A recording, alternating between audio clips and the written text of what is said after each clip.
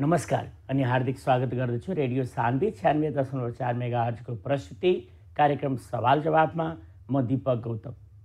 Radio Saanvi 96.4 मेगाहर्जको तरङ्गमा र www.radiosanvi.com बाट प्रत्यक्ष रूपमा सुन्न सकिने यो कार्यक्रम सवाल जवाफमा विशेष गरी समसामयिक गतिविधि, राजनीतिक घटनाक्रम, कृषि, स्वास्थ्य लगायतका विषयमा विभिन्न अतिथिहरूसँग छलफल तथा बहस गर्ने गर्छौं। समाजमा लुकेर रहेका र प्रत्यक्ष असर पार्ने यस्ता विषयवस्तुलाई समेत उठान गरी हामी सरकारवाला निकायसँग तार्किक बहस समेत गर्ने गर्छौं। पर्सा जिल्ला समग्रमा हेर्दाखेरि धेरै जनताहरू कृषिमा निर्भर छन् र कृषिमा निर्भर भएका जनताहरू, मुख्य पेशा कृषि रहेका जनताहरू धेरै वर्षदेखि वर्षेनी मल, बिउ अनि सिँचाइको समस्या भोगिरहेका छन्।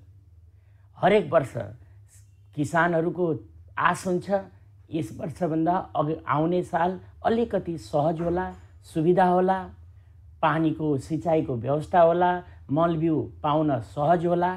तर वर्षेनी अवस्था जिउको तिउँ छ। विभिन्न व्यवस्थाहरू परिवर्तन भएका छन्, नेतृत्वहरू परिवर्तन भएका छन्, तर किसानको समस्या चाहिँ परिवर्तन हुन सकेको अवस्था छैन। पर्सा जिल्ला भएर नै गण्डक नहर बग्छ, तर नहरको पानी किसानले आवश्यक पर्ने बेलामा सदुपयोग गर्न पाइरहेको अवस्था छैन। चाहिने बेलामा पानी आउँदैन र नचाहिने बेलामा बढी पानी आएर उल्टै खेतीमा हानि नोक्सानी पुग्ने गरेको छ। अब यस सम्बन्धमा सम्बन्धित निकायहरूले के गर्दैछन् र हाम्रा जनप्रतिनिधिहरूको के कस्तो भूमिका छ, यिनै विषयमा रहेर आज हामी कुराकानी गर्नेछौँ। र आज कुराकानीका लागि हामीले निम्ताएका छौँ पर्सा क्षेत्र नम्बर 3 बाट निर्वाचित सांसद हरिनारायण रौनियारलाई। उहाँ हाम्रो स्टुडियोमा हुनुहुन्छ। उहाँलाई ढिलो नगरिकन म कार्यक्रममा स्वागत गर्न चाहन्छु। स्वागत छ यहाँलाई कार्यक्रम सवाल जवाफमा। धन्यवाद। पर्सा जिल्लामा अधिकांश किसानहरू रहेका छन्। पर्साका धेरै जनताको मुख्य पेशा कृषि रहेको छ। तर कृषि कार्य गर्नेहरूलाई निकै ठुलो समस्या छ मल, बिउ र सिँचाइको। किसानको यो समस्या वर्षेनी बढ्दैछ। यो मलको समस्यालाई यहाँले कुन रूपमा लिनुभएको छ? दीपकजी, यो पर्सा जिल्ला मात्र होइन, नेपाल देशै नै कृषि प्रधान देश हो।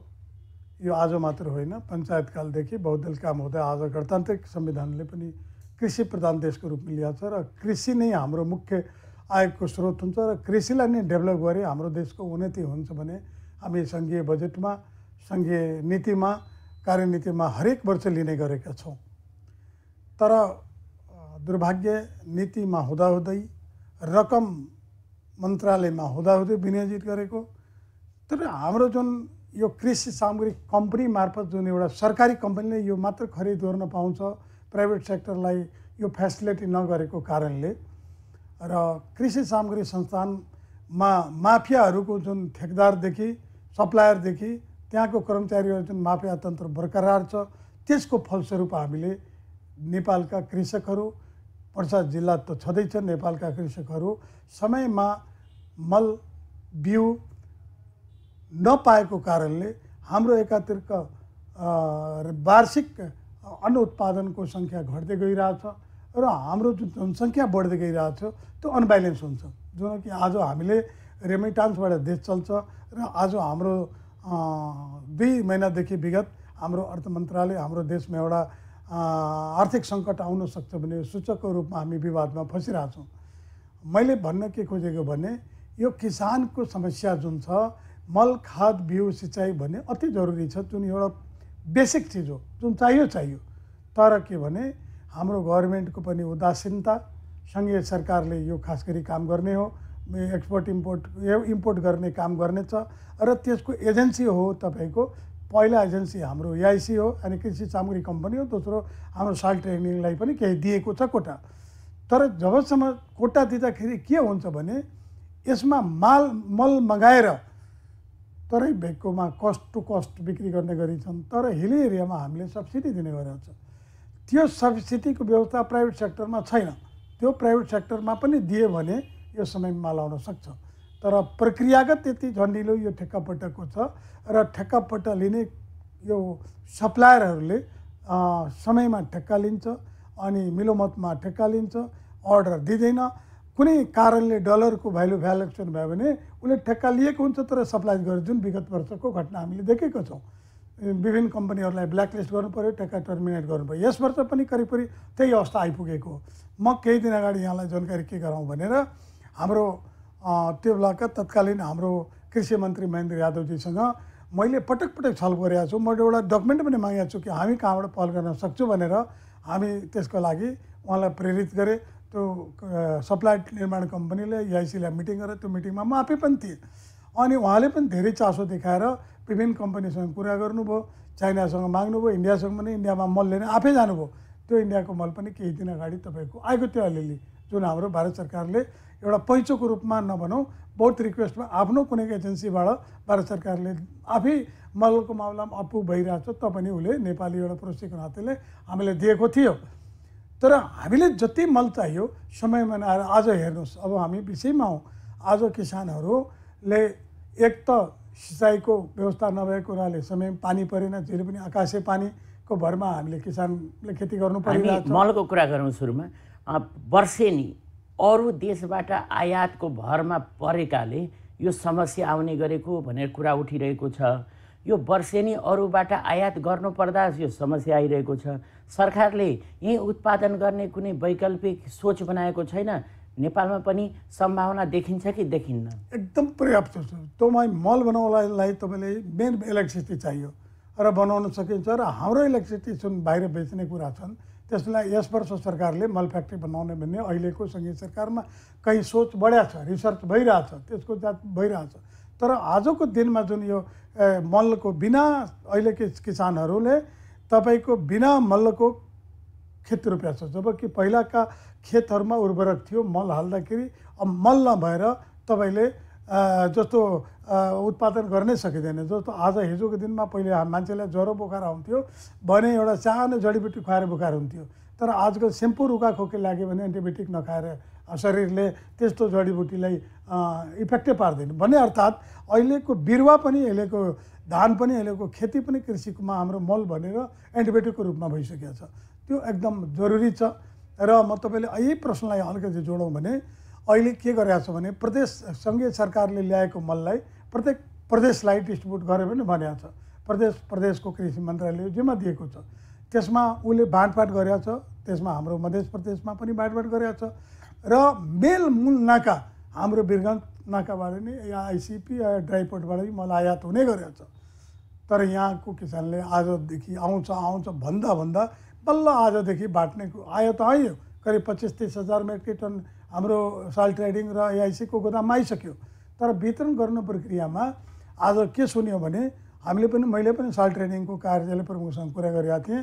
त उहाँले के भन्यो भने मान्यज्यू हामीले त जम्मा प्रदेश सरकारले 17,000 मेट्रिक टन मात्र दिन भनेको छ। 17,000 को 17,000 मेट्रिक टन के पर्सा जिल्लाको लागि दिन भनेको छ पर्सा जिल्लाको, जबकि हाम्रो रिक्वायरमेन्ट तपाईँले 50,000 मेट्रिक टन पर्सालाई मात्रै चाहियो। अब 17,000 भने 14वटा स्थानीय निकाय छ। अब 14वटा स्थानीय निकायमा नगरपालिका, महानगरपालिका, गाउँपालिका समेत भने अब 1/3 पनि हामीले यो मल प्राप्त गर्न सकिरहेको छैन। जबकि हामी मल 100% एकैचोटि अहिले खेती भएको हुनाले बर्खाको कारणले मल अहिले दिने सबैले मलको आवश्यकता छ। 50,000 मेट्रिक टन आवश्यक छ अहिले, तर 17,500 मात्र आइरहेको। 17,500 मात्र अहिले दिने। बाँकीको पूर्ति कसरी हुन्छ? त्यही त बाँकीको पूर्ति दिँदाखेरि हाम्रो के भनाइ छ भने उनीहरूको के भनाइ थियो भने अरू हाम्रो आउने क्रम जारी छ। अब आउने क्रम कहिले आउने कहिले बाँट्ने। अब हाम्रो गेटवे अफ नेपाल भन्छन् जुन पर्सा जिल्लावासीहरूले। अब यहाँबाट हाम्रो मल अन्य जिल्ला अहिले ठिक छ, त्यहाँ पनि किसान हो, त्यहाँ पनि चाहियो। तर मैले हाम्रो के माल्छु भने हाम्रो मागलाई पुरै नदिउँ, ठिक छ, अरू जिल्ला पनि पठाउँ, तर हाम्रो जिल्लालाई 17,000ले पुग्दैन। त हामीलाई कमसेकम तपाईँले एक पालिकालाई हाम्रो अहिलेको हिसाबले गर्दाखेरि 400 मेट्रिक टन मोटामोटी एक पालिकालाई चाहियो। त 400 को सट्टा आज हामीले 150 दिइरहेछ। 150 नदिएर भने पहिलो लट आएको बेलामा कमसेकम हामी पर पालिकामा तपाईँ नगरपालिकामा 300, गाउँपालिकामा 200 को हिसाबले अहिले डिस्ट्रिब्युट गरिदिएको भए हाम्रो समस्या समाधान हुँदैन। तर केही न केही हामी बोर्डरसम्म नजिक भएको हुनाले कहीँ न कहीँबाट अलिअलि चोरीलुकी गरेर पनि किसानहरूले मल ल्याएर कोही खेतहरूमा छरिया छन्। तर कृषिको डाटा अनुसार हामीले यति चाहियो, तर यति त हामीले हुनैपर्छ। अब यति भएन भने हामीले बाध्य भएर आजै हाम्रा जसपाका महानगरपालिका मेयर साहबले केही ट्रकहरू नियन्त्रणमा लिनुभएको छ। यो पर्सा जिल्लाको कृषिका समितिको जुन हाम्रो सहकारीका अध्यक्ष हुनुहुन्छ शिवकुमारजी, उहाँले पनि आफ्नो स्टेटमेन्ट दिनुभएको छ। र म पनि आज के भन्न चाहन्छु यहाँको रेडियो मार्फतबाट कि कमसेकम यो प्रदेश सरकारले हाम्रो माग पर्साको लागि चाहिने मलहरू तपाईँले पालिकालाई 200, नगरपालिका महानगरपालिकाले 300 को दरले डिस्ट्रिब्युट गर्नै पर्छ। अनि अर्थ 17,000 को आजको दिनमा कमसेकम तपाईँको 30-35 हजार मेट्रिक टन हामीले खाद दिएन भने हाम्रो तत्काल समस्या हुँदैन। यसका लागि यहाँले भन्नुभयो किसानहरूले मल नियन्त्रणमा लिए, मल नपाएका किसानहरूले यहाँबाट अन्यत्र गइरहेको मललाई आफ्नो नियन्त्रणमा लिए। यो कार्यलाई चाहिँ यहाँले कुन रूपमा लिनुभएको छ? एकदम मैले सौभाग्यमा ल्याएको छु। के हुन्छ भने मेरो अगाडि मलाई भुख लागेको छ। एउटा परिवारमा हामी सबै सदस्य हुन्छौँ। सदस्य हुँदाखेरि के हुन्छ भने खाना पाक्यो भने सबभन्दा बढी भुख लाग्ने मान्छे हतार हतार खान्छ, अलिक कम भुख लाग्ने पनि छ। तर भुख त सबैले लागेको हो। त्यसै हाम्रो पर्सा जिल्लाको किसानहरूलाई यो खादको व्यवस्था अहिले जुन प्रदेश सरकारले बाँडफाँड गरेको छ र सङ्घीय सरकारले जुन प्रदेशहरूलाई जुन मलको व्यवस्था गरेको छ अपुग भइरहेको छ। कमसेकम मैले त्यही भनेको छु कि हामी अरूलाई पनि दिउँ, तर पर्सा जिल्लाको समस्याले आजको दिनमा मिनिमम तपाईँको 25 देखि 30 हजार मेट्रिक टन अहिले तुरन्त दियो भने पहिलो लटमा, बाँकी दोस्रो लटमा फेरि आउँदाखेरि दिनै पर्छ। दिएन भने हामी तपाईँको रेडियोबाट म एउटा सांसदको हैसियतले म पनि आह्वान गर्न चाहन्छु कि हाम्रो पर्सा जिल्लाका किसानहरूले जहाँ पाए त्यहाँ ट्रकलाई नियन्त्रण लिनुहोस्, लुटपाट नगर्नुहोस्, कानुन आफ्नो हातमा नलिनुहोस्, तर ट्रकलाई अरू हातमा लिनुहोस्। ल्याएर तपाईँहरूले यो हाम्रो पर्सा जिल्लाको माग पुरा गर्नु भने गर्नु। जुन हाम्रो अहिले महानगरपालिकाको मेयरले जुन अगाडि स्टेप चलेको छ, म पनि एउटा सांसदको हैसियतले पर्सा जिल्लाबाट पास हुने मलहरूलाई हाम्रो आवश्यकता अनुसार दिनुपर्छ। दिएन भने कानुनभन्दा माथि गएर पनि हामी जनताको किसानको लागि म आफै पनि अगाडि बढ्नुपर्छ भने अगाडि बढेर मल नियन्त्रण गरेर पर्सा जिल्लामा डिस्ट्रिब्युट गराउन म प्रतिबद्ध छु। यसरी ट्रकलाई नियन्त्रणमा लिएर राख्दा भएको मल पनि वितरण हुने अवस्था रहेन। त्यो वार्ता सहमति कहिले होला अनि कहिले वितरण होला। र यहाँका किसानलाई पनि मलको समस्या, अन्य जिल्लाको पनि मलको समस्या होला। बरु आयात गर्दा नै बढी आयात गरेर सर्वत्र पुर्याउने व्यवस्था गर्नतिर लाग्दा राम्रो हुने होइन र? त्यो त सङ्घीय सरकारले उहिलेसँग कृषिको डाटा छ नि, प्रत्येक वर्ष हाम्रो धान खेती कति हुन्छ, हामीले कति माल चाहियो, समयमा नमुकाउने, किसानहरूले यत्रो महँगो बिउ यत्रो परिश्रम गरेर वर्षभरिको अनुत्पादकहरूलाई आफ्नो व्यवस्था गर्ने अनि उसको मल दिएन भने अनि के गर्ने? मैले भन्छु नियन्त्रण गरेर थुनै राख्ने होइन। जस्तो आज नियन्त्रण 6-7वटा ट्रक लिएर तपाईँको नगुवाको हाम्रो जनताहरूले धन्यवाद कि उनीहरू लिएर मेयर साहबले बोलाएर 8वटा ट्रक 7वटा ट्रक लगेको छ। अब रोक्ने कहाँ हो? भोलि कृषि के अरे हाम्रो साल ट्रेनिङ कृषि सामग्री कम्पनीको रोभरमा वितरण गर्ने, उसले आफ्नो पैसा लिएर जान्छ, मल दिनुपर्छ। त्यस्तै मैले वीरगञ्ज मात्रको मेयरले वीरगञ्जको जसरी कुरा गर्नु, म पर्सा जिल्लाको प्रत्येक जनतालाई आह्वान गर्न चाहन्छु कि तपाईँहरू आउनुहोस् कृषि सामग्री र एआइसीको बिचमा, जहाँबाट हाम्रो आइसिपीबाट गाडी निस्किन्छ त्यहाँबाट हाम्रो पालिकाको सबै जनताहरूले अब ओरेर आउनुहोस्। म पनि अगाडि हुन तयार छु, म अघि हुन्छु, तपाईँहरू पछि पनि नियन्त्रण लिउँ र यो मल हाम्रो पर्सा जिल्लाको रिक्वायरमेन्ट पुरै नभएर पनि कमसे कम चलाउँ पनि हामी लिउँ र हामी लुटपाट नगर्ने, कानुनलाई हातमा नलिकन हाम्रो माग कुरा गरौँ। तपाईँले हेर्नु बेला के 1 महिना अगाडि धादिङको जनताले ट्रक सरकारले पठायो, योभन्दा 1 महिनाको अगाडिको कुरा हो। तर जनताहरूले एकदम ट्रकैमा चढेर अनि बोरा आफ्नो लियो। तर के भने सबैले त्यहाँ कलेक्सन गरेर सहकारी मार्फतको पैसा बुझाए। म त्यस्तो पैसा लुटेर मल बन्न चाहँदैन कि राज्यको सम्पत्ति हो, राज्यको कानुन हातमा नलिउँ। तर प्रशासनसँग भन्छु भने म जिल्ला प्रशासन तपाईँको सिडिओ साहबले पनि म भोलि भेटेर भन्छु कि यो समस्यामा समाधान गर, न त बाध्य भएर हामी कानुन हातमा लिन तयार हुन सक्छौँ। र कानुन तयार भन्ने मान्छे मर्ता क्या नै कर्ता, पर्सा जिल्लाको मान्छे मरिरहेछ। त्यसले गर्दाखेरि यो समस्या समाधान गर्नुपर्छ। गरेन भने हामी अगाडि रोडमा आउँछौँ र के भने पर्सा जिल्लाको आवश्यकता अनुसारको पुरै त नभनौँ, कमसेकम 50% आवश्यकता पुग्ने गरी 50,000मा 25,000 पहिलो लटमा हामीले मल पाउनै पर्छ। मैले कृषि मन्त्री प्रदेशको कुरा गर्दा उहाँले कोटा यति छ भन्नुहुन्थ्यो, तर कोटा अब सङ्घीय सरकार माग्नु पर्यो, बढाउनु पर्यो होइन। तर यो जहाँ मलको समस्या त वर्षेनी देखिने समस्या हो, यो समस्या निराकरण भएको छैन।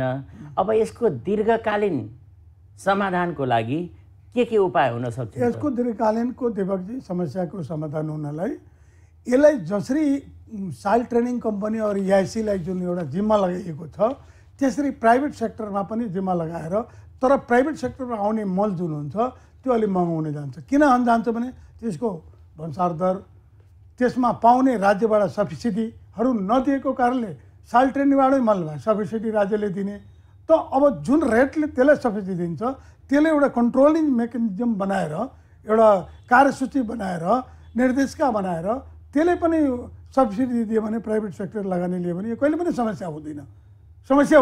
तर के भने एउटा कुरा यो, अर्को कुरा आर्थिक ऐन जुन एउटा सप्लाईको जुन खरिद नियमावली छ त्यसलाई संशोधन गरेर मलाई लाग्छ यो 45 दिन 90 दिनको ठेक्कामा समय दिने अथवा 5% धरोटी राखेर सम्झौता गर्ने, त्यसलाई मिनिमम 10 देखि 15% सम्मको ग्यारेन्टी 20% लिँदाखेरि अनि यो सप्लायरहरू जुन एउटा 5% धरोटी दिएर ठेक्का सकार्ने, पछि डलरको भाउ महँगो भयो या केही कारण भयो भने छोडेर भागिदिने, त्यो होइन। जस्तो निर्माण कामको ठेक्कामा तपाईँको निर्माणको काममा तपाईँ 10% भन्दा बढी बिलो गएमा, ठेक्काको बिलो गएमा तपाईँले 34% बिलो हुनुपर्छ। त्यसमा 10 पहिलेको 5% र 8% थप गरेर 13% धरोटी लिने ठेक्का पट्टाको आर्थिक नियमावलीमा नेपाल सरकारले उल्लेख गरेको छ। त्यस्तै यो सप्लाईमा पनि तपाईँले 8% होइन, कमसेकम उसले 15% देखि 20% धरोटी रेखा ठेक्का दियो भने समयमा टेन्डर गर्नुपर्छ। जस्तो हाम्रो राज्यमा पहिले बजेट निकास भन्नाले धरोटी कम राख्ने गरेकाले डलरको भाउ बढ्यो भने मल आयात गर्न छाड दिन्छन्, ठेकेदार हराउँछ। हो, यो मैले हामी विगतको अनुभवमा जुन ठेकेदार कम्पनीहरूसँग कृषि मन्त्रालयले छलफल गरेको त्यो पनि एउटा कारण हो। दोस्रो कुरा के हुन्छ भने तपाईँको बढी जमानत फसेको अवस्थामा तपाईँले बढी जिम्मेवारी हुन्छ, एउटा कुरा। दोस्रो कुरा यो टेन्डर प्रक्रिया जुन लाई खरिद नियमावली चेन्ज गरेर सप्लाईको प्रोक्युरमेन्ट हाम्रो खरिद नियमावली चेक गरेर अनि त्यसलाई तुरुन्तै छिटो सप्लाई लिने व्यवस्था गर्नुपर्छ, एउटा कुरा यो उपाय हो। दोस्रो कुरा कि यो धरोटीको सेवा बढाउनु पर्छ। तेस्रो कुरामा कि अगर हामीले सप्लाईमा हामीले फेरि पुँजीको अभाव त छैन, ब्याङ्क फाइनेन्स गरिरहेछ, राज्यले पैसा दिएछ, आवश्यकता अनुसार किन्ने र बेच्ने त्यसो लगानी कुरा त्यो एकदम जरुरी हुन जान्छ भने दिपकजी। त्यसैले म के भन्छु भने यो प्रक्रिया पनि संशोधन गर्नु पर्यो, समयमा डिमान्ड पर्यो। किनभने हाम्रो पहिलाको जमाना के हुन्थ्यो भने तपाईँ असाढमा बजेट पेस हुन्थ्यो, साउन भदौ असोजसम्म बजेट पास हुन्थ्यो, दसैँपछि निकासा हुन्थ्यो। तर हामीले सङ्घीय संसद आएपछि के भने अब जेठभित्रै नै पालिका, नगरपालिका र सङ्घीय सरकारको, प्रदेश सरकारको बजेट पास हुनैपर्छ। त्यसैले जेठ मसानभित्र सबै पेस भयो, असाढभित्र पास भएर पुरानो अब सक्यो। अब साउन 1 गतेदेखि नै खर्च हुने प्रक्रिया छ, तर दुर्भाग्य अहिले महालेखा र कोलनिकाको कारणले यो विकास निर्माणको पनि पेमेन्ट समयमा दिइरहेको छैन र मल खादको लागि पनि दिएको छैन र आर्थिक अभाव अलिकति सिर्जना भइरहेछ। त्यसले गर्दाखेरि अब अहिले त जुन मल आउने क्रम जारी छ त्यसको त पेमेन्ट गइसकेको छ, त्यसको व्यवसायीहरूले सप्लाई दिन सुरु गरेको छ। केही राज्यले सोझै पनि खरिद गरेको छ, राज्यले आफै सोझै पनि गभर्मेन्ट टु गभर्मेन्ट खरिद भएको छ, त्यो मल आउँदैछ। तर अब मैले यो नीतिगत कुरा भन्दा पर्सा जिल्लाको खास गरी मैले के भन्छु भने जनतालाई भोलिदेखि नै तपाईँहरू अब घर घरबाट तपाईँहरू के अरे एउटा किसानको नारा दिँदै तपाईँ आउनुहोस् अनि तपाईँ EIC र साल ट्रेनिङ घेराउ गर्नुहोस्। हाम्रो मल हामीले पाउनुपर्छ, हाम्रो कोटा अनुसार नदिए भने हामी वीरगञ्जभन्दा बाहिर जान दिन्न भने त्यसको अगुवाई हामी गर्छौँ। यो त मलको समस्या भयो। मल मात्र होइन, किसानलाई त बिउको पनि समस्या छ। बिउ पनि नेपालमा त्यो आधिकारिकता लिएको, नेपालमा प्रमाणित भएको नभएको नहेरिकन किसानहरू खुला बोर्डरको फाइदा उठाएर इन्डियातिरबाट त्यो अप्रमाणित बिउहरू प्रयोग गर्नुपर्ने बाध्यता छ। यो बिउको उपलब्धताको लागि कसो गर्दा ठिक होला, यहाँलाई के लाग्छ? होइन, यसमा के छ भने हाम्रो यो बिउ बिजन कम्पनीहरू छन् हाम्रो, खास गरी कृषि मन्त्रालय अन्तर्गत त्यो उत्पादन हुन्छ। तर हाम्रो यो खास गरी बोर्डर छेउमा यो पाहाडतिर त्यति चलन छैन, तर बोर्डर छेउ मान्छेहरूले छिमेकी भारतबाट खुल्ला रूपमा बोर्डर भएको हुनाले त्यहाँबाट त्यहाँले सस्तो भएको कारणले ल्याउँछ। बिउ बिजनको खासै समस्या प्रत्येक वर्ष यस्तो मल जस्तो हाहाकार हुँदैन, तर मलको प्रत्येक वर्ष हाहाकार भइरहेछ। गहुँको बालीमा पनि त्यही हाहाकार भयो, अहिले धान बालीमा त्यही हाहाकार भयो, बिजुमा त्यति हाहाकार छैन, किन पालिकाहरूले पनि खरिद गरेर वितरण गरिरहेछ। उसले आफ्नो सब्सिडी पनि हरेक पालिकाले दिइरहेछ। बिउको त्यति समस्या भएको छैन, तर हाम्रो बानी अलिक खराब छ कि हामी सस्तोको लागि गएर कुमसलको भारत समीको मतलब कि असल बिउ न नेपालबाट अलिक महँगो भएको कारणले बाहिरबाट ल्याएर प्रयोग गर्छौँ। बिउको त्यति समस्या मैले देखेको छैन। जति हाम्रो गत वर्ष बारा जिल्ला लगायत केही जिल्लाहरूमा मकैको बिउ ल्याएर रोपियो, मकैमा घोगै लागेन, त्यो समस्या थियो र केहीको उत्पादन घटेको कुरा पनि थियो। यस्तो अप्रमाणित बिउहरू जनताहरू प्रयोग गर्न बाध्य छन्, किनकि बिउको सहज उपलब्धता छैन। अब बिउको लागि पनि यहाँले भने जस्तो त्यस्तो बिउ उपलब्ध गराउने केन्द्र, बिउ उत्पादन गर्ने केन्द्रहरूको लागि केन्द्र सरकारले के गर्नुपर्छ, प्रदेशले के गर्नुपर्छ जस्तो लाग्छ यहाँलाई? होइन, यो बिउ खाद मल जुन छ नि, खास गरेर हाम्रो यो हेर्ने कृषि मन्त्रालय हो। सङ्घीय कृषि मन्त्रालयले प्रदेश केन्द्रीय कृषि मन्त्रालयसँग कोअर्डिनेट गर्छ। र अब के भयो भने हाम्रो कृषिको जति कृषि उत्पादन प्रत्यक्षहरू जुन भइरहेछ, यो बिउ बिजन हाम्रो जस्तो परवानीपुरमा छ, अन्य ठाउँमा चितवनमा छ, तर के भने जुन प्रदेश अन्तर्गत जुन पहिले कृषिको बिउ उत्पादन उत्पन्न तरकारी बिउ भयो, गहुँ बाली भयो, मकै भयो, धानको, त्यसको उत्पादन हाम्रो प्रदेश कृषि मन्त्रालयमा आएको छ।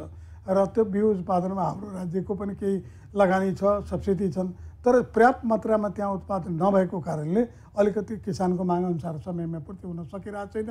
त्यसको क्षमता बढाउनुपर्छ र त्यसको टेक्नोलोजी पनि बढाउनुपर्छ।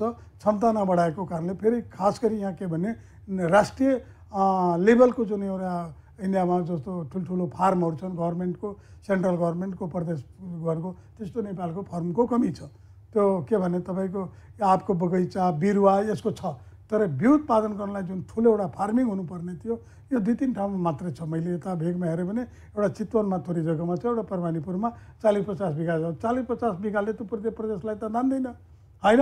त्यसले गर्दाखेरि मलाई चाहिँ गभर्मेन्टले यस्तो लिजमा लिएर किसानसँग यो फार्मिङको व्यवस्था बढी गरेर त्यसमा बिउ उत्पादन गर्नुपर्छ। प्रदेश सरकारले यसमा ध्यान दिनुपर्छ, किन प्रदेश सरकारको अन्तर्गत कृषिको सम्पूर्ण प्रक्रिया सङ्घीय सरकारले दिनुपर्ने बजेट प्रदेश सरकारलाई दिने गरेको छ र उसले कार्यान्वयन गर्छ। यो ठुलो मन्त्रालय हो, तर यो मन्त्रालयमा हाम्रो नबुझेका मन्त्रीहरू, नबुझेका सचिवहरू जिम्मा नलिएर लापरवाही गर्ने, हकार भए भने मात्ने कुरा जुन छ। खास गरी मैले 2 नम्बर प्रदेशमा पनि जहिले पनि कृषि मन्त्रालयमा कृषिमा ध्यान नदिएर कृषिको नाममा कृषि सडक, कृषि बोरिङको नाममा भ्रष्टाचारी गर्ने बाहेक म आफै मेरो पार्टीको सरकार हो त मैले आफ्नै मुखले भन्नुपर्छ कि कृषि मन्त्रालय जुन हाम्रो प्रदेशको छ त्यहाँ किसानहरूको समस्याभन्दा व्यक्तिगत नाफा नोक्सानमा धेरै समय दिएको हुनाले यतातिर किसानको बिउ बिजन मल जमिनमा किन्न आउने, सङ्घीय सरकारसँग मल ल्याइदियो भनेर नभन्ने, यो ठुलो विकृति छ। यसका लागि हाम्रो केन्द्रीय अध्यक्ष पनि अहिलेको प्रदेश सरकारसँग जुन मन्त्रीमण्डल छ त्योसँग केही टेक्निकल कारणले परिवर्तन गर्न भएन, तर उहाँ पनि असन्तुष्ट हुनुहुन्छ। र यो पक्कै कृषि मन्त्रालय नलायक हो हाम्रो प्रदेशको। म यहाँलाई भन्न चाहन्छु, कृषि मन्त्रालय होइन, कृषि मन्त्री र कृषिको जुन चाहिँ नलायक हो, यो नलायकहरूलाई अब समय 2 महिना छ। अब यसमा त के भन्ने, चुनाव भइरहेछ, तर यिनीहरूले असफल भएको हो, यसमा सफलता पाएको छैन।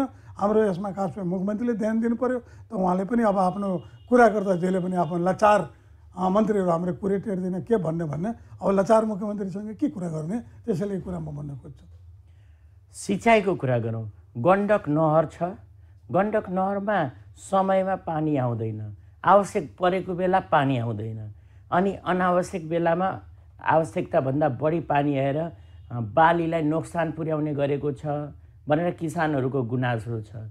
यो आखिर नहरमा किन समयमा पानी आउँदैन? यसलाई समयमा पानी ल्याउनको लागि प्रदेश सरकार वा केन्द्र सरकारले कस्तो पहल गर्नुपर्छ जस्तो लाग्छ यहाँलाई?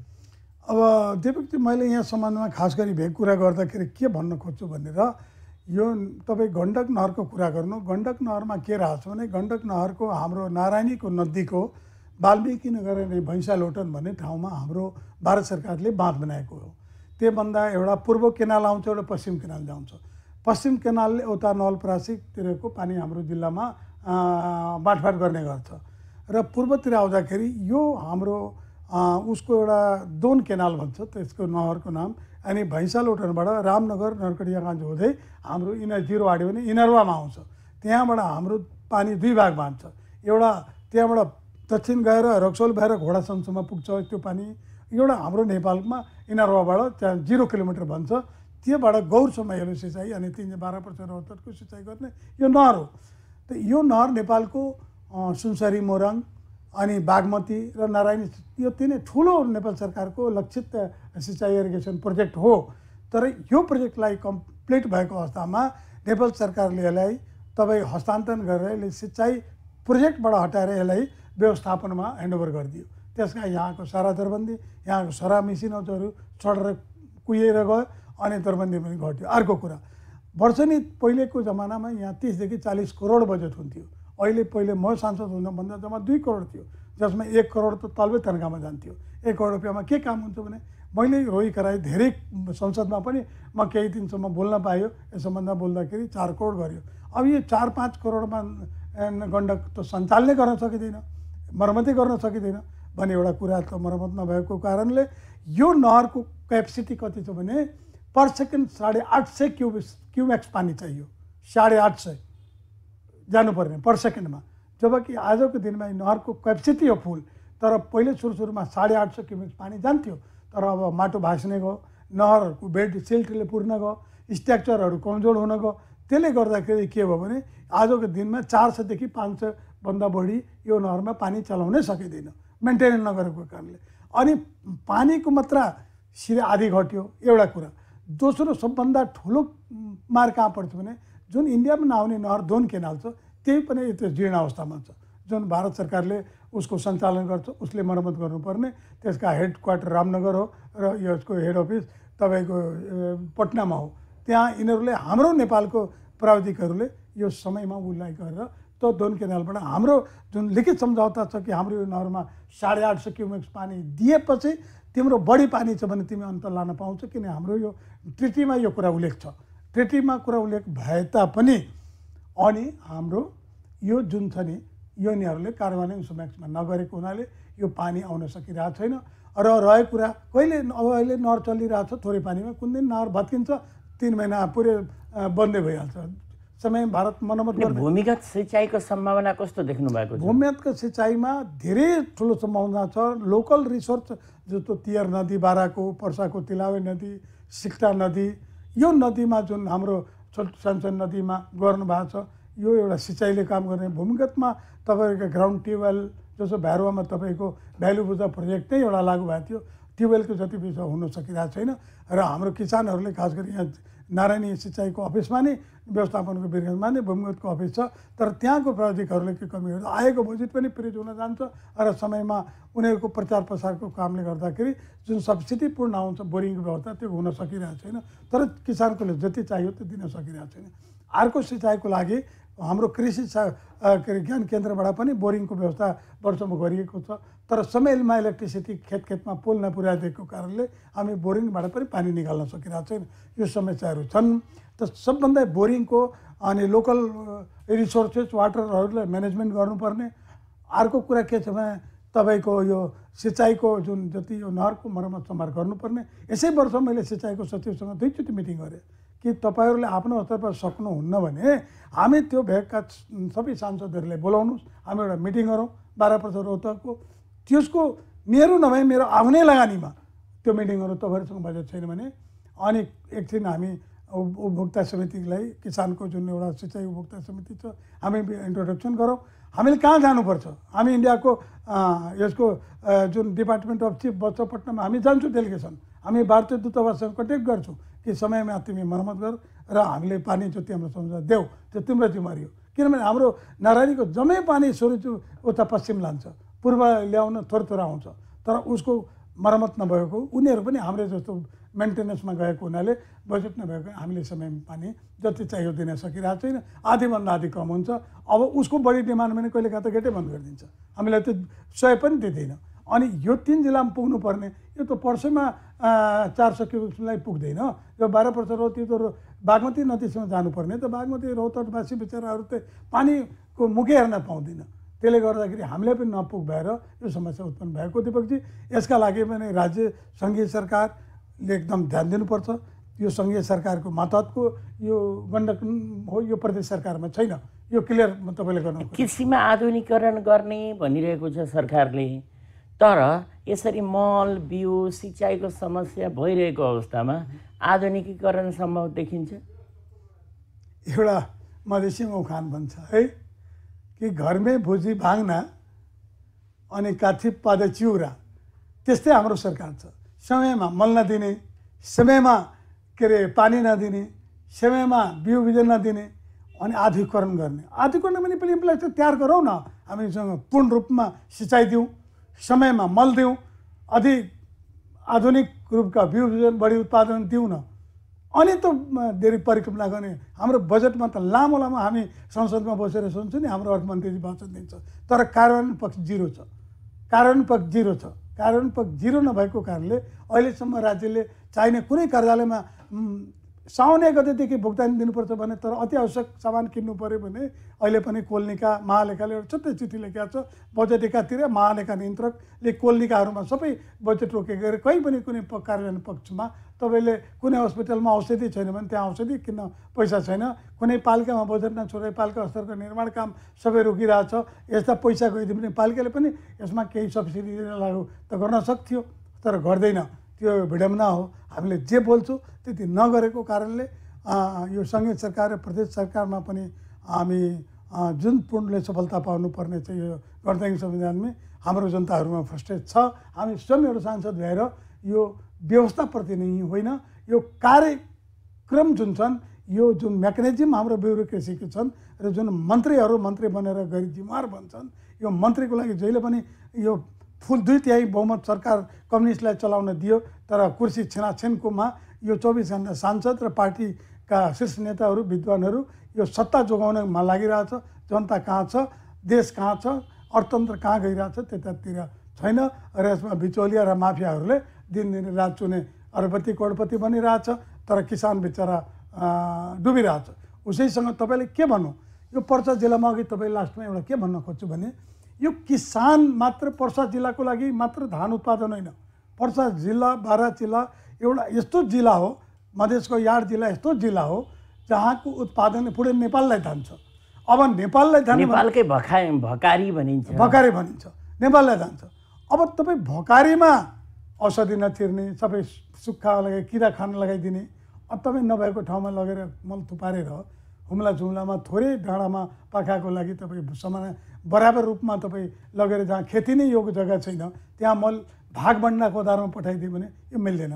जब तपाईँ कर्णालीलाई त्यति नै तपाईँ मल चाहियो, पर्सा के अरे मध्य प्रदेशलाई त्यति चाहिने कुन हालतमा मिल्दैन।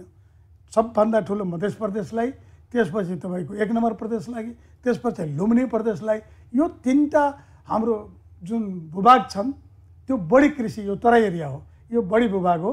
यसमा बढी मल चाहियो, बढी बिउ चाहियो, बढी सिँचाइ चाहियो, अन्य ठाउँ पनि चाहियो, तर वहाँ खेतीयोग भूमि छैन।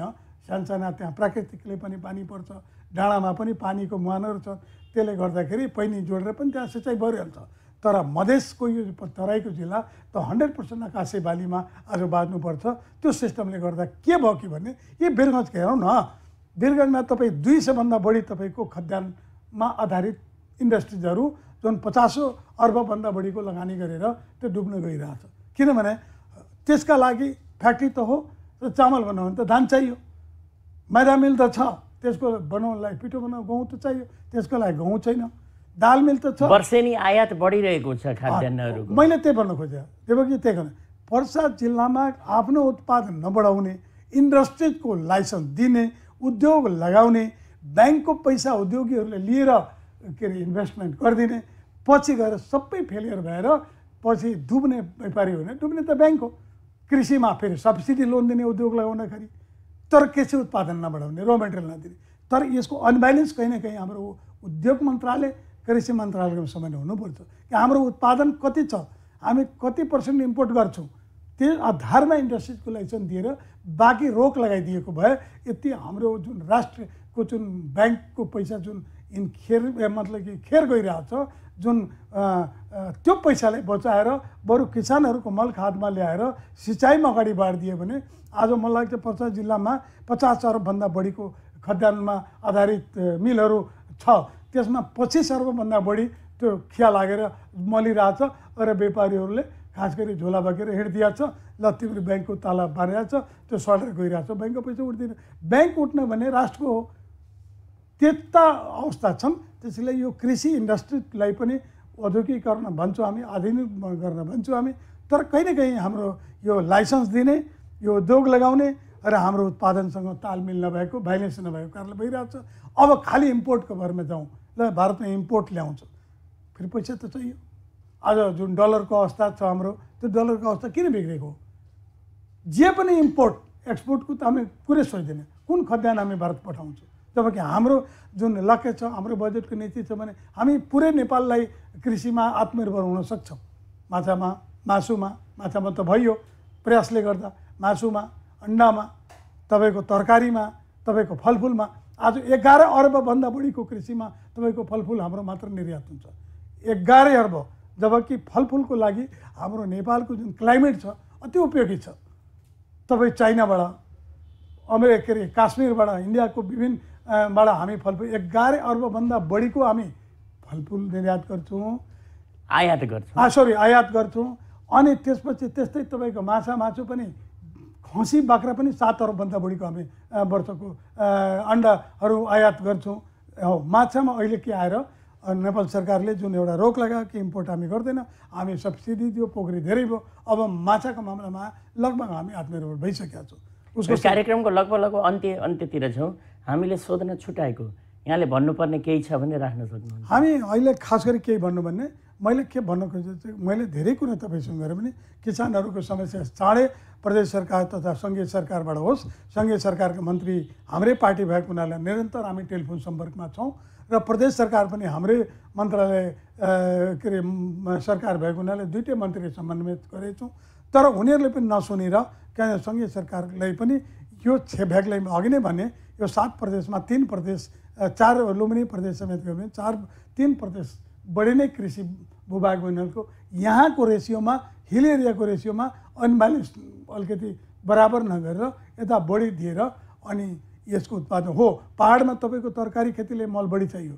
जस्तो तराईमा जति आलु खेल्ने मै गएको थिएँ यस वर्ष नुवाकोट एउटा कार्यक्रममा, पुरै नुवाकोटमा तपाईँको यति आलुको खेती हुन्छ, यति आलुको त नेपाललाई पुग्ने आलु उत्पादन हुन्छ। त्यो बेला त्यहाँ बढी चाहियो। अहिले तराईमा बढी धान खेतीलाई चाहियो, त्यो कोटालाई यहाँ देओस्। अगर दिएन भने किसान मर्ता क्या नहीं करता, हामी मर्ता क्या नहीं करता भनेर मान्छे जब ओरिन्छ भने कुनै पनि कानुन काम लाग्न सक्दैन। उदाहरण छ कि हामी विभिन्न देशमा विभिन्न आन्दोलनमा, आज श्रीलङ्कामा त्यत्रो आर्थिक क्राइसिस भयो अनि राष्ट्रपति नै जनताहरू घेरियो, राष्ट्रपति नै हेलिकप्टर उडेर भाग्नु पर्यो, प्रधानमन्त्री नै भाग्नु पर्यो भने हाम्रो देशमा त्यस्तो राष्ट्रपति र प्रधानमन्त्री भाग्ने अवस्था नहोस्। र त्यो मैले भन्न खोजेँ कि भागोस् भनेर। तर किसानको समस्या समाधान गर्नुपर्छ, जुन तरिकाले पनि राज्य ल्याउनुपर्छ। र खास गरी म पर्सा विचार 3 नम्बरको सांसद भएको हुनाले म 3 नम्बर मात्र होइन, सम्पूर्ण पर्सामा अहिले पुरै नदियो भने राज्यले अरू जिल्ला हेर्न भने हाम्रो डिमान्डको 50% आजभोलि दिएन भने हामी मान्नेवाला छैन। हामी त्यसको अगाडि बढ्छौँ, हाम्रो किसानहरू बढ्छ र हामीले डिस्ट्रिब्युट गरिएन भने त्यो रेसियोले भने हामी यहाँबाट अन्य जिल्लालाई हामी आफ्नो चाहिने भन्दा रोकेर बाँकी मात्रै हामी बाहिर जान दिन्छु भनेर। र यसका लागि सम्पूर्ण किसान वर्गसँग तपाईँको रेडियोबाट सुन्ने किसानहरूलाई, पर्साबाराको सम्पूर्ण किसानलाई के अनुरोध गर्न चाहन्छु, तपाईँहरू आफ्नो आफ्नो कृषि सामग्री कम्पनीको अगाडि र साल्टेनीको अगाडि घेराउ गर्नुहोस्। घेराउ गरेर तपाईँहरूले रोक्नुहोस्। केही तपाईँहरू पऱ्यो भने तपाईँहरूको हामी सँग्छौँ। हामीले कानुन तोड्ने होइन, तर अख्तियारी लिने हो। यो कानुन हामी तोड्ने होइन, कानुन तोड्ने हाम्रो सङ्घीय सरकारले समयमा मल्ल ल्याइदिएको कारणले हामीले भइरहेछ। त्यो कानुन तोड्ने हामीले गरे होइन, हामीले कानुन तोड्ने बाध्य स्थिति नपुर्याओस् भन्ने जिल्ला प्रशासन मार्फत म सरकारमा तपाईँको रेडियोबाट पनि यो जाओस् भने म यो भन्न चाहन्छु कि कानुन हातमा लिन हामी चाहँदैन, तर आवश्यकता भयो भने हामी कानुनमा हातमा लिएर पनि लुटपाट नगरेर शान्ति तरिकाले पनि हामी घेराउ गरेर हाम्रो चाहिने रिक्वायरमेन्ट हामी लिन्छु। व्यस्त समयको बावजुद यहाँले समय उपलब्ध गराउनु भयो, यसको लागि हार्दिक आभार व्यक्त गर्छु र कार्यक्रमबाट छुटिन चाहन्छु। हस् त, नमस्ते। धन्यवाद दिपकजी। तपाईँले मलाई तपाईँ रेडियोमा तपाईँको यो सरकार दिल्ली भन्ने रेडियोमा तपाईँहरूले मलाई किसानको समस्यालाई उठाइदिन र तपाईँहरूले सम्पूर्ण युनिटले मलाई यो बोल्ने मौका दिनुभयो। यहाँ मेरो आवाज जहाँसम्म जान्थ्यो, किसानहरूले मेरो कुरा सुनेर आफ्नो भोलिदेखि मल आइसक्यो, आजदेखि बाँड्न सुरु भएको छ। अब आफ्नो आवश्यकतालाई डिमान्डको रूपमा अब अगाडि तपाईँ आउनुहोस्, हामी पनि अगाडि आउन तयार छौँ। हाम्रो सम्पूर्ण पार्टीका मान्य हाम्रो प्रदेश सांसदहरू, हाम्रो पार्टीका जिल्ला कार्य समिति र अन्य पार्टीका राजनीतिक कर्मीहरूलाई पनि यो आह्वानमा पर्सा जिल्लालाई खाद उपलब्ध गराउन सहयोग गर्न म आह्वान गर्न चाहन्छु। धन्यवाद। आदरणीय श्रोताहरू, हामी छौँ कार्यक्रम सवाल जवाफमा। आजको सवाल जवाफमा हामी कुराकानी गर्दै थियौँ कृषकहरूको समस्याको बारेमा। अहिले मलको समस्या छ, यसभन्दा अगाडि बिउको समस्या थियो, अब सिँचाइ गर्ने बेला आउँछ, सिँचाइको समस्या हुन्छ। यसरी किसानहरू समस्या नै समस्यामा छन् र जनप्रतिनिधिहरूले किसानको समस्यालाई कसरी सम्बोधन गर्दैछन् यिनै विषयमा र मल नपाएका किसानहरूले मल बोकेका ट्रकहरूलाई नियन्त्रण लिएको कुरा र मल कति आवश्यक छ त पर्सा जिल्लामा, यिनै विषयमा रहेर आज हामीले कुराकानी गऱ्यौँ। भोलि फेरि हामी फरक विषयमा फरक अतिथिसँग कुराकानी गर्नेछौँ। आजको लागि प्राविधिक मित्र सत्येन्द्रलाई धन्यवाद दिँदै म कार्यक्रम सञ्चालक दीपक गौतम बिदा चाहन्छु। हस्त, नमस्ते।